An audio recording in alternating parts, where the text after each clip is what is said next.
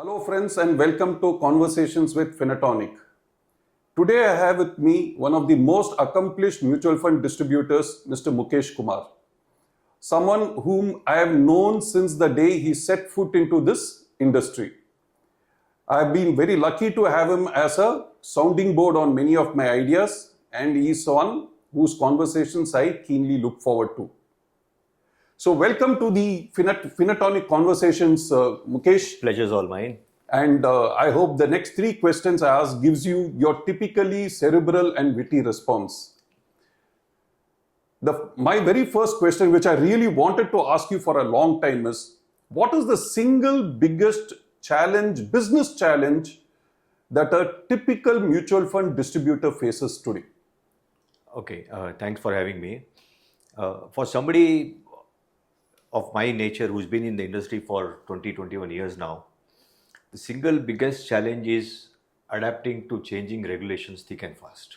Sure. Not only on the fund side, but also on the operational and compliance side. Okay. It just changes thick and fast now, and you need to be on your toes all the time. Coupled with that, the other thing always on my head is succession planning. Okay. How do you take it forward from here? Your business succession plan. Business succession planning. That's the outside of business in terms of growth and carrying forward the legacy. How do I ensure that? How do MFDs like me ensure that the legacy that we have built over 20 years gets carried forward? Okay, now that you have told this, I'm going to give you two choices, Mukesh. One, you don't have a son or daughter who's willing to carry on your line of business. Of course, they have different interests in life. So what is the logical succession that you think of in such a scenario? Second is, you have a bright child whom you know will be doing well in this business or has got a future in this business. Okay, what is then the obvious choice for you? In both cases, you can tell me what your opinion is. My first opinion would be my child takes over the legacy from me. Okay. Of course, you can't push anybody. It's up to them and their interest. You can give them a hands-on experience for 6-12 months and then they have to decide. So that will be the first course of action. On what are the other options? The other options is to team up with a set of like-minded people. Okay. Form a LLP or some kind of a trust or partnership and then take it forward from there. Okay, so in the second case, your clients don't suffer. They have continuity in terms of advisory and handholding. I would say my clients won't suffer in both cases. Both cases. Because this is a business of trust. And if you're passing it on to your next generation, who's your own child, the trust passes on equally, because from the client's perspective also, you're not managing the client anymore, but his son or daughter. Okay. So it's a generational shift. Okay. So if I am managing you, my child will be managing your child. Absolutely. I agree. In fact, I've heard this from a couple of other MFDs too. Now, Mukesh, I know that you're a person who's interested in behavioral finance and who's a keen observer of human behavior. Okay, we have had conversations on this. What do you think in today's scenario, today's means, say, even the immediate past, maybe over the last 1 or 2 years, is the single most destructive investor behavior trait that you have been observing? It's patience. Today's world, today's investors, the news flow is so fast. Information is so fast. Nobody has patience. Okay. And ours is a business where you need time, discipline and patience. To tell the current generation of people or the new set of investors who have come in the last 5-6 years and who probably not seen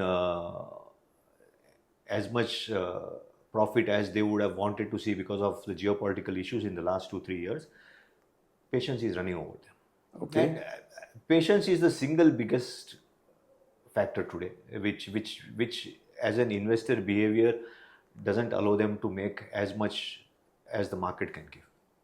So what is your solution for this? Do you constantly keep counseling, do a bit of storytelling, show, anecdotal evidence to build this? You keep meeting investors. You just keep telling them the same thing over and over again. Mm-hmm. And I do have a set of investors who have seen 3-4 market cycles right from 2004. So there are experiences shared between investors as to how staying put over a period of time gave better results than running away because you didn't have patience. True, true. See, you've been in the business for 21 years now. Suppose you were to start off all over today, okay, if you were, say, just a young adult in this business right now, what is the one piece of advice that you would give yourself right now? I've been in the business for 21 years. One thing that I dearly miss is not focusing too much on building SIP book. Okay, okay, It's something which anybody who's starting now, or if I were to start myself today, I would just focus on building SIP book because it's an autopilot. absolutely. And today, with all modes of payments, ECS mechanisms built for 20, 30 years kind of thing, you're just not building a business for the future. And SIP model as a business, you don't get so much distractions from the investors from time to time. True. Because it's pretty clear that SIPs work well whenever there are market downfalls. True. And that's all you need to do. You just tell investors, build SIPs, focus on that, build that book. Your business is autopiloted, investors' wealth is autopiloted. Absolutely. Thank you, Mukesh. Wonderful Thank you. words of wisdom. Pleasure. Pleasure having you in a conversation with Finatoniq. Thank you. Always, Thank you. always great to discuss it. Thank you. Thank you so much.